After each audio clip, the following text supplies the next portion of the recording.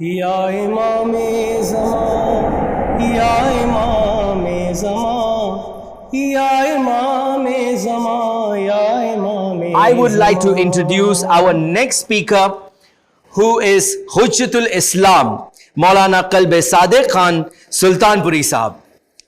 Let me introduce him, a little about him. Hujjatul Islam Maulana Qalb Sadiq Khan Sultanpuri Sahab belongs to a well-known family from Sultanpur, UP, India. He is the son of Janab Asadullah Khan Sahab, who was a well-known personality in his local community and who actively provided various religious services to the Shia of his village. He has previously been a student of the Hawza Ilmiya Amir al-Mu'mineen in Najafi House. In 1989, he went to Qum for higher religious studies. From 1989 to 2008, he studied at Qum 19 years, Mustafa University, and got his graduation, Fazilul Tahseen, from the same university. He has studied Dars-e-Kharij for 9 years. During his stay in Qum, he had an opportunity to study under Ayatollah Wahid Khurasani, Ayatollah Fazil Lankarani, and very closely under Ayatollah Ali Akbar Mazandarani. Presently, Maulana Qalb Sadiq Khan Sahab is providing his service as a principal of Hawza Ilmiya Imam Hadi alayhi salam since 2008 under the guidance of Ayatollah Muhammad Baqir Misbah Musavi in Taloja, Thane, Maharashtra, in India. He thus heads the team of religious scholars imparting religious training to the next generations of religious scholars of our community. Maulana Qalb Sadiq Khan Sahab is a well-known orator and has been reciting Majlis in Urdu for the last 35 years. He also keeps himself busy by translating Arabic books into Urdu. He is also regularly invited as a guest for Islamic scholars by various channels, national and international. And now with a loud salawat, I would like to call Hujjatul Islam Maulana Qalb Sadiq Khan Sultanpuri Sahab to enlighten us with his lecture on the 12 Talk program. And his topic will be, will Imam Mahdi go against the Quranic ayat, Lakum dinakum waliya deen? اعوذ باللہ من الشیطان اللعین الرجیم بسم اللہ الرحمن الرحیم الحمد للہ رب العالمین والصلاة والسلام والتحیۃ والاکرام علی سید الانبیاء والمرسلین حبیب الہ العالمین ابی القاسم المصطفیٰ محمد وآلہ الطیبین الطاہرین المعصومین المظلومین الغر المیامین الذین اذہب اللہ عنہم الرجس وطہرہم تطہیرا لا سیم الامام المنتظر والحجة الثانی عشر صلوات اللہ وسلامہ علیہ اما بعد فقد قال اللہ تعالی فی کتابہ المبین وہو اصدق الصادقین وقولہ الحق بسم اللہ الرحمن الرحیم لکم دینکم ولی دین. ارشاد پروردگار ہے سورہ کافرون کی آخری آیت میں تمہارا دین تمہارے لیے اور میرا دین میرے لیے ہے.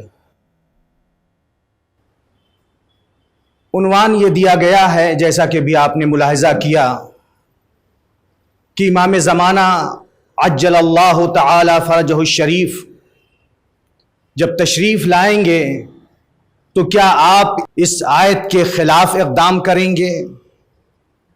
یہ سوال ہے. اس سوال کا جواب دینے کے لیے سب سے پہلے آپ کی خدمت میں اس آیت کا صحیح مفہوم پیش کر دوں. آیت کا تو ترجمہ معنی میں نے ابھی کر دیا اور آپ لوگوں کے بھی ذہنوں میں یہی معنی ہے لکم دینکم ولی دین، تمہارا دین تمہارے لیے اور میرا دین میرے لیے ہے. اس آیت کا جو مفہوم عام طور پر ذہنوں میں پایا جا رہا ہے وہ یہ کہ اللہ تعالیٰ نے گویا یہاں پر انسانوں کو یہ اختیار دے دیا، یا یوں کہوں کہ اس وقت جو کفار نبی اکرم کے مقابل میں آئے تھے اور یہ کہہ رہے تھے کہ 1 سال آپ ہمارے خداؤں کی پوجا کریں، پرستش کریں، عبادت کریں، اور 1 سال ہم آپ کے خدا کی عبادت کریں گے، لیکن نبی اکرم نے کوئی جواب نہیں دیا۔ یہ سورہ کافرون نازل ہوا۔ سورہ کافرون میں جو آیا ہے وہ مفہوم یہی ہے کہ اے پیغمبر ان کفار سے کہہ دیجئے کہ میں تمہارے خداؤں کی عبادت نہیں کر سکتا اور نہ تم ہمارے خدا کی عبادت کر سکتے ہو، اور نہ میں تمہارے خداؤں کی عبادت کرنے والا ہوں، اور نہ تم میرے خدا کی عبادت کرو گے۔ لکم دینکم ولی دین، تمہارا دین تمہارے لیے، میرا دین میرے لیے۔ کیا اس سے اختیار دیا جا رہا ہے؟ آیت اللہ مکارم شیرازی نے اپنی تفسیر کی کتاب تفسیر نمونہ میں اس بات کو واضح کر دیا کہ لوگوں کے ذہنوں میں جو یہ مفہوم پایا جا رہا ہے کہ تمہارا دین تمہارے لیے، یعنی تم ادیان میں سے جس دین کو چاہو اختیار کرو۔ یہ مفہوم عام طور پہ اسی لیے ہم لوگ بھی آپسی گفتگو میں یہ کہہ دیتے ہیں لکم دینکم ولی دین۔ آیت اللہ مکارم شیرازی فرماتے ہیں اگر یہ مفہوم لیا جائے گا تو اس سے بت پرستی کا جائز ہونا لازم آتا ہے، کہ گویا اللہ تعالیٰ نے بت پرستی کو جائز کر دیا، جس کی وجہ سے یہ کہہ رہا لکم دینکم، یعنی تم اپنے دین پر ثابت قدم رہو اور میں اپنے دین پر ثابت قدم رہوں، جبکہ یہ ممکن نہیں ہے۔ آیت اللہ مکارم شیرازی جواب میں فرماتے ہیں اس آیت کا مفہوم یہ نہیں کہ تم اپنے دین پر ثابت قدم رہو اور میں اپنے دین پر ثابت قدم رہوں، بلکہ فرماتے ہیں کہ یہ آیت مقام تہدید میں ہے، مقام تحقیر میں ہے، مقام دھمکی، یعنی اللہ نے گویا ڈرایا ہے، دھمکی دی ہے۔ لکم دینکم ترجمہ یوں کیا ہے لکم دینکم، تمہارا دین تمہارے لیے، یعنی ان قریب تم اپنے دین کے برے نتائج کو پا جاؤ گے، برے انجام تک پہنچ جاؤ گے، اپنے دین کے مضرات، اپنے دین کے نقصانات تک تم پہنچو گے۔ یعنی گویا یہاں پر تحقیر کی ہے، یہاں پر تہدید کی ہے، دھمکی دی ہے۔ یہ ایک جواب آیت اللہ مکارم شیرازی نے بیان فرمایا، یعنی اس آیت سے اختیار نہیں دیا ہے کہ تم ادیان میں سے جس دین کو چاہو اختیار کر لو۔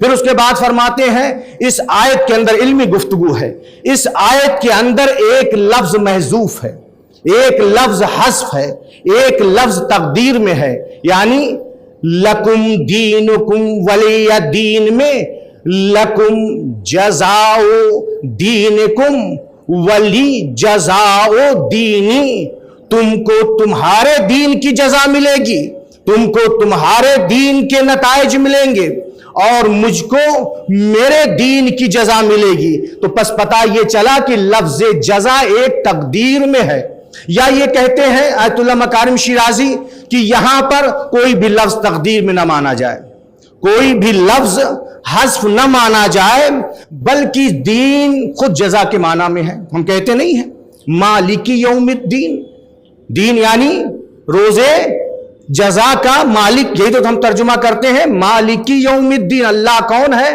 جو روزے جزا کا مالک ہے، ہم یہ ترجمہ کرتے ہیں۔ لہٰذا کہتے ہیں کہ کوئی لفظ یہاں پر حذف یا تقدیر میں رکھنے کی ضرورت نہیں ہے، بلکہ دین جزا کے معنی میں ہے۔ تو اس کا ترجمہ یہ ہو جائے گا تم اپنی جزا حاصل کرو گے اور میں اپنی جزا حاصل کروں گا۔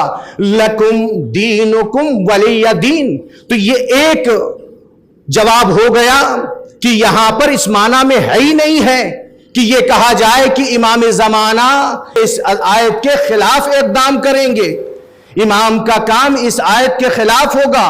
اس سے یہ واضح ہو گیا کہ جو ہمارے ذہنوں میں مفہوم موجود ہے یہ غلط مفہوم موجود ہے۔ لیکن اگر فرض کر لیجئے کہ یہی مفہوم ہے تو کیا امام زمانہ اس آیت کے خلاف عمل کر لیں گے؟ جو عام طور پہ مفہوم پایا جا رہا ہے، اس کو اگر ہم فرض کر لیتے، تسلیم کر لیتے ہیں، ویسے تو یہ غلط ہے ورنہ بت پرستی لازم آتی ہے۔ اگر تسلیم بھی کر لیا تو اس کا بھی جواب دیا ہے علماء نے کہ آیت لکم دینکم ولی دین، جب آیت جہاد نازل ہوئی یہ آیت نسخ ہو گئی۔ بہت سی آیتیں قرآن مجید میں ہیں کہ کون سی آیت ناسخ ہے، کون سی آیت منسوخ ہے، کس آیت نے کس آیت کو نسخ کیا نہیں جانتے ہم، لیکن امام زمانہ عجل اللہ تعالی فرجہ الشریف جب تشریف لائیں گے تو وہ بتائیں گے کہ کون سی آیت ناسخ ہے اور کون سی آیت منسوخ ہے۔ تو آیت جہاد کے نازل ہونے کے بعد اگر یہ مفہوم لیتے بھی ہیں کہ نبی اکرم نے کہا لکم دینکم ولی دین، یعنی تم اپنے دین پر ثابت قدم رہو، ہم اپنے دین پر ثابت قدم رہیں، اگر ہم اس مفہوم کو لیتے بھی ہیں تو یہ آیت کب تک رہی؟ یہ آیت اس وقت تک رہی جب تک کہ آیت جہاد نازل نہیں ہوئی، لیکن آیت جہاد کے نازل ہو جانے کے بعد یہ آیت نسخ ہو گئی۔ اور دوسرا جواب یہ کہ امام زمانہ کیا اس آیت کے خلاف جائیں گے؟ ہرگز نہیں، امام زمانہ کبھی کسی آیت کے خلاف نہیں جائیں گے، بلکہ اس کا جواب یہ ہے کہ امام زمانہ جب تشریف لائیں گے، جب ظہور فرمائیں گے تو اب اس آیت پر عمل نہیں ہوگا۔ لکم دینکم ولی دین کی اب بات نہیں ہوگی۔ یہ آیت توجہ ہے، غور سے سنیے، علمی تھوڑی گفتگو ہے۔ یہ آیت اب میدان عمل میں نہیں آئے گی، بلکہ کون سی؟ وہ آیات جو امام زمانہ کے سلسلے میں نازل ہوئی ہے وہ میدان عمل میں آئے گی۔ وہ کون سی آیت ہے؟ سورہ صف کی آیت نمبر 8 اور 9 میں ارشاد ہو رہا ہے هو الذی ارسل رسولہ بالہدی والدین الحق لِيُظْهِرَهُ عَلَى الدِّينِ كُلِّهِ وَلَوْ كَرِهَ الْمُشْرِكُونَ، کہ اللہ یہ فرما رہا ہے خدا وہ ہے کہ جس نے اپنے رسول کو ہدایت اور دین حق کے ساتھ بھیجا تاکہ رسول دین حق کو تمام ادیان پر غالب بنائیں، دین حق کو تمام ادیان پر غالب بنائے۔ تو پس پتہ یہ چلا کہ اللہ تعالیٰ نے رسول کو ہدایت اور دین حق کے ساتھ اس لیے بھیجا تاکہ دین حق یعنی دین اسلام کو تمام ادیان پر غالب بنائے، یعنی تمام ادیان پر دین اسلام غالب آئے، دین اسلام کا غلبہ ہو۔ لیکن اب سوال یہ ہے کہ کیا ایسا کوئی زمانہ آیا؟ نبی اکرم کے زمانے میں دین اسلام تمام ادیان پر غالب ہوا؟ مولائے کائنات کے زمانے میں دین اسلام تمام ادیان پر غالب ہوا؟ امام حسن، امام حسین، دیگر ائمہ کے زمانے میں کیا دین اسلام تمام ادیان پر غالب ہوا؟ پس اس سے یہ پتا چلا کہ ابھی تک دین اسلام تمام ادیان پر غالب نہیں ہوا ہے، جبکہ اللہ فرما رہا ہے اس نے اس لیے بھیجا ہے ہدایت اور دین حق کے ساتھ تاکہ رسول دین حق کو تمام ادیان پر غلبہ عطا کریں، لیکن ابھی تک غلبہ نہیں ہو سکا ہے۔ لہٰذا علی ابراہیم قمی نے اپنی تفسیر کی کتاب تفسیر قمی میں فرماتے ہیں فَإِنَّهَا نَزَلَتْ فِي الْقَائِمِ مِنْ آلِ محمد۔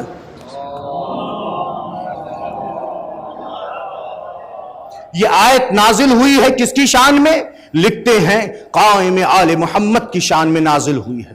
اور اسی طرح سے ابو بصیر نے امام جعفر صادق علیہ السلام سے روایت کی ہے۔ مجھے تھوڑا زیادہ ٹائم دیجیے گا تاکہ میں اپنا مقصد پیش کر سکوں، چونکہ سوال نہایت اہم ہے لہٰذا جواب بھی اس کے لیے ویسا ہی ہونا چاہیے۔ چھٹے امام فرماتے ہیں، قسم کھا کے فرما رہے ہیں واللہ ما نزل تعویلھا بعد، اس آیت کی تعویل ابھی تک خدا کی قسم نازل نہیں ہوئی ہے۔ کس آیت کی تعویل؟ یہی کہ اللہ تعالیٰ نے اپنے رسول کو ہدایت اور دین حق کے ساتھ بھیجا تاکہ دین حق کو تمام ادیان پر غالب بنائے. وَلَا يَنزِلُ تَعْوِيلُهَا حَتَّى يَخْرُجَ الْقَائِمُ، اور قائم کے ظہور فرمانے سے پہلے، قائم کے خروج کرنے سے پہلے، قائم کے تشریف لانے سے پہلے اس آیت کی تعویل نازل ہو بھی نہیں سکتی. اور پھر فرماتے ہیں فَإِذَا خَرَجَ الْقَائِمُ، اور جب ہمارا قائم تشریف لائے گا، خروج کرے گا، لم يبقى کافر باللہ العظیم ولا مشرک بالامام الا کرہ خروجہ. جب ہمارا قائم تشریف لائے گا اس وقت زمین پر کوئی کافر نہیں ہوگا، اس وقت زمین پر کوئی مشرک نہیں ہوگا. اگرچہ کافروں کو، مشرکوں کو یہ بات ناگوار ہے، یعنی امام کا آنا کہ امام آئیں. اور پھر اس کے بعد چھٹے امام فرماتے ہیں حتی ان لو کان کافرا او مشرکا فی بطن صخرۃ، یہاں تک کہ اگر کوئی کافر یا کوئی مشرک کسی پتھر کے نیچے چھپا ہوگا، پتھر کے اندر ہوگا، لقالت، وہ پتھر امام کو آواز دے گا اس انداز سے، یا مومنو فی بطنی کافر فاکسرنی وقتلہ، اے مومن میرے اندر کافر چھپا ہوا ہے، آپ مجھے توڑیں اور مجھ کو توڑنے کے بعد کافر کو قتل کر دیں. بس پتہ یہ چلا کہ کافر کہیں چھپ نہیں سکے گا، جہاں پر چھپے گا وہ چیز اعلان کرے گی، آواز دے گی، امام کو پکارے گی کہ میرے اندر کافر چھپا ہوا ہے، میرے اندر مشرک چھپا ہوا ہے. امام کافر کو قتل کریں گے، مشرک کو قتل کریں گے، منافقین کو قتل کریں گے، ظالمین کو قتل کریں گے. لیکن اب سوال یہ پیدا ہوتا ہے کیا امام آنے کے بعد اسی طرح سے کفاروں، مشرکینوں، ملحدینوں، ظالمین کو تہہ تیگ کرنا شروع کر دیں گے؟ نہیں، امام کے لیے ہے یسیر بسیرت جد، امام اپنے جد کی سیرت پر چلیں گے جو ان کے جد کی سیرت تھی. یعنی امام پہلے مذاکرہ کریں گے، واعظ و نصیحت کریں گے، موعظہ کریں گے، خطبہ دیں گے، انہیں تعلیم دیں گے، انہیں سکھائیں گے. جب وہ اس کے بعد بھی ایمان نہیں لائیں گے، روایت میں ہے دلائل پیش کریں گے، برہان پیش کریں گے، معجزات پیش کریں گے. یہ سب جو معجزات ہیں کہ جب آپ تشریف لائیں گے تو آپ کے پاس رسول خدا کا پرچم ہوگا، حضرت موسیٰ کا عصا ہوگا اور حضرت سلیمان کی انگوٹھی ہوگی، اور آپ کے پاس تابوت سکینہ ہوگا، اور آپ کے سر پر سفید بادل سایہ فگن ہوگا جب آپ تشریف لائیں گے. یہاں تک کہ سید حسنی جب آ کر کے آپ سے کہیں گے کوئی معجزہ پیش کیجئے تو اس وقت امام آسمان کی طرف دیکھیں گے اور دیکھنے کے بعد اشارہ کریں گے، ایک پرندہ آئے گا آپ کے ہاتھ پر بیٹھ کر کے آپ کی امامت کی گواہی دے گا. یہ سب کس لیے ہوگا؟ یہ سب امام اس لیے پیش کریں گے تاکہ امام پر ایمان لے آئیں، خدا کی وحدانیت کے قائل ہو جائیں. روایات میں آیا ہے امام جب ظہور فرمائیں گے اس وقت بہت سے کفار اور مشرکین خود آپس میں جنگ کر کے ختم ہو چکے ہوں گے، اور بہت سے بلاؤں کی بنا پر، بیماریوں کی بنا پر ختم ہو چکے ہوں گے. جو باقی بچے ہوں گے ان کو امام اس طرح سے معجزات اور دلائل کے ذریعے سے بلائیں گے. بہت سے معجزات اور دلائل کو دیکھ کر کے امام کی امامت پر ایمان لے آئیں گے. لیکن جو حرامزادے ہوں گے، لیکن جو ولد الزنا ہوں گے وہ امام کے مقابل میں تلوار کھینچ کر کے آ جائیں گے. یعنی پس پتہ یہ چلا کہ امام خود قتل کرنے نہیں جائیں گے کسی کافر، کسی مشرک، کسی منافق کو، بلکہ یہ خود تلوار کھینچ کر امام کے مقابل میں آئیں گے. جب امام کے مقابل میں آئیں گے تب امام انہیں قتل کریں گے. یسیر بسیرت جد، امام اپنے جد کی سیرت پر چلیں گے. آپ کے جد کی سیرت کیا تھی؟ جنگ نہروان میں کیا ہوا؟ مولا نے جنگ نہروان کب لڑی ہے؟ مولا نے جنگ نہروان اس وقت لڑی، پہلے خوارج کوفے میں آتے تھے, آنے کے بعد نماز جمعہ کے اندر ہنگامہ کرتے تھے, شور و شرابہ کرتے تھے, نعرہ بلند کرتے تھے, مولا کو برا بھلا کہتے تھے. جب مولا کے چاہنے والے خوارج کے مقابل میں تلوار کھینچتے تھے, جنگ کرنا چاہتے تھے, مولا اپنے چاہنے والوں کو روک دیتے تھے.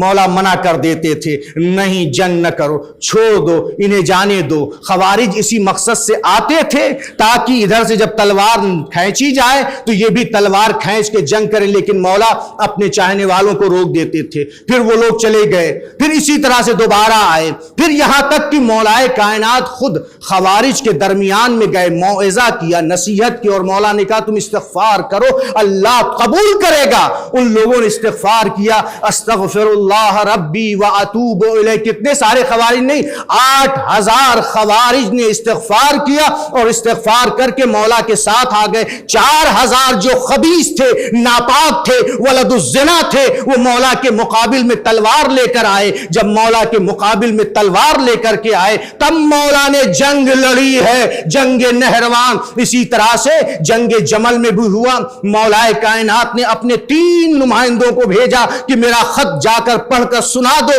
وہ 3 نمائندے مولا کائنات کی طرف سے گئے, لیکن اہل جمل نے ان تینوں کو قتل کر دیا. جب ان تینوں کو قتل کر دیا تب مولا نے اہل جمل سے جنگ لڑی. اور اسی طرح سے جنگ صفین میں آپ دیکھتے ہیں کتنے دنوں تک مولا کائنات اور امیر شام میں خط و کتابت تھی, یعنی مولا جنگ شروع نہیں کرنا چاہ رہے تھے, لیکن جب دشمن خود آ گیا لڑنے کے لیے تب مولا نے جنگ لڑی. بس پتا یہ چلا کہ آپ کے جد کی سیرت یہ تھی, رسول خدا کی سیرت یہ تھی, جب کسی کو بھیجتے تھے اپنے اصحاب کو, اپنے سپاہیوں کو کہیں جنگ لڑنے کے لیے, تو یہ کہہ کے بھیجتے تھے کہ پہلے اسلام کی دعوت دینا, اگر اسلام کو قبول نہ کرے اور جنگ کرنے کے لیے تیار ہو جائے, تمہارے مقابل میں تلوار لے کر کے آ جائے, تب تم جنگ کرنا. تو نبی کی بھی سیرت یہی تھی کہ کبھی کسی سے خود سے جنگ نہیں کی. مولا کائنات کی بھی سیرت یہی تھی. امام زمانہ جب تشریف لائیں گے, یسیر بسیرت جد, اپنے جد کی سیرت پر چلیں گے, خود سے جنگ نہیں کریں گے. امام زمانہ کسی ایک مسلمان کو بھی قتل نہیں کریں گے. جو آپ کے مقابل میں آئے گا آپ اسے قتل کریں گے. آپ نمائندہ بن کر آئیں گے. کس کے نمائندے ہوں گے؟ 1,24,000 انبیاء اور 11 ائمہ کے نمائندے بن کر آئیں گے. اسی لیے ہے کہ دین کو کمال کس سے حاصل ہوا؟ دین کو کمال امامت سے حاصل ہوا ہے. اور امامت کو کمال کس سے حاصل ہوگا؟ امامت کو کمال امام زمانہ عجل اللہ تعالی فرجہ شریف سے حاصل ہوگا. اور تمام انبیاء کی بعثتوں کے لیے غایت الغایات, منتہی النہایات امام زمانہ عجل اللہ تعالی فرجہ الشریف ہیں. اسی لیے آپ کی زیارت میں یہ جملہ آیا ہے, المنتہی الیہ مواریث الانبیاء, تمام انبیاء کی میراث آپ پر آ کر کے ختم ہوں گی. وَلَدَيْهِ مَوْجُودٌ آثَارُ الْأَصْفِيَاء, اور امام زمانہ کے پاس تمام اصفیاء کے آثار موجود ہوں گے. اسی لیے چھٹے امام فرماتے ہیں سیدنا القائم, جب ہمارا قائم تشریف لائے گا, مسند ظہرہ الی الکعبہ, کعبے کی طرف پشت کر کے کھڑا ہوگا اور آواز دے گا وَيَقُولُ يَا مَعَاشِرَ الْخَلَائِقِ, آواز دے گا اے لوگوں سنو, الا من اراد ان ينظر الى آدم و شیس فہا انا ذا آدم و شیس, جو چاہتا ہے آدم اور شیس کو دیکھے, میں ہی آدم ہوں, میں ہی شیس ہوں. الا من اراد ان ينظر الى نوح و ولدہ سام, جو نوح اور ان کے بیٹے سام کو دیکھنا چاہتا ہے, فہا انا ذا نوح و سام, میں ہی نوح ہوں, میں ہی سام ہوں. الا من اراد من ينظر الى ابراہیم و اسماعیل, جو ابراہیم و اسماعیل کو دیکھنا چاہتا ہے, میں ہی ابراہیم ہوں, میں ہی اسماعیل ہوں. الا من اراد من ينظر موسیٰ و یوشع, جو موسیٰ اور یوشع کو دیکھنا چاہتا ہے, میں ہی موسیٰ ہوں, میں ہی یوشع ہوں. الا من اراد ان ينظر الى عیسیٰ و شمعون, جو عیسیٰ و شمعون کو دیکھنا چاہتا ہے, میں ہی عیسیٰ ہوں, میں ہی شمعون ہوں. الا من اراد من ينظر الى محمد و علی, جو محمد و علی کو دیکھنا چاہتا ہے, ہا انا ذا محمد و علی، میں ہی محمد ہوں، میں ہی علی ہوں. علی من اراد ان ينظر الى الحسن والحسین، جو حسن و حسین کو دیکھنا چاہتا ہے میں ہی حسن ہوں، میں ہی حسین ہوں. علی من اراد ان ينظر الى الائمہ من ولد الحسین فانا ذا الائمہ، جو حسین کی نسل سے ائمہ کو دیکھنا چاہتا ہے میں ہی وہ ائمہ ہوں. اور پھر اس کے بعد فرماتے ہیں اجیبو الی مسئلتی، تم کو جو کچھ بھی پوچھنا ہو آؤ میرے گرد اکٹھا ہو جاؤ، مجھ سے سوال کرو، جو تم کو جواب دیا گیا ہے وہ جواب میں دوں گا، اور جو جواب نہیں بھی دیا گیا ہے وہ جواب میں تم کو عطا کروں گا. اسی لیے ہے آپ کی زیارت میں ہم پڑھتے ہیں وَأَشْهَدُ أَنَّكَ خَازِنُ كُلِّ علم، میں گواہی دیتا ہوں مولا آپ ہر علم کے خزانہ دار ہیں. وَفَاتِقُ كُلِّ رَتْقٍ، اور ہر گرہ کے کھولنے والے ہیں. اور پھر اس کے بعد جملہ ہے وَمُحَقِّقُ كُلِّ حَقٍ، اور ہر حق کو پائے تکمیل تک پہنچانے والے ہیں. وَمُبْتِلُ كُلِّ باطل، اور ہر باطل کا خاتمہ کرنے والے ہیں. جب آپ تشریف لائیں گے تو اس پر عمل کریں گے. یسیر بسیرت جد، اپنے جد کی سیرت پر عمل کریں گے. خود سے امام قتل کرنے نہیں جائیں گے، امام کے مقابل میں آئیں گے. اس لیے امام اس آیت لکم دینکم ولی دین کے خلاف نہیں بلکہ اس کے مطابق عمل کریں گے. والسلام علیکم ورحمۃ اللہ وبرکاتہ. عارضہ اس لیے خاک شفا سے لکھا ہے، ضرور ہوگی عنایت امام آخر کی.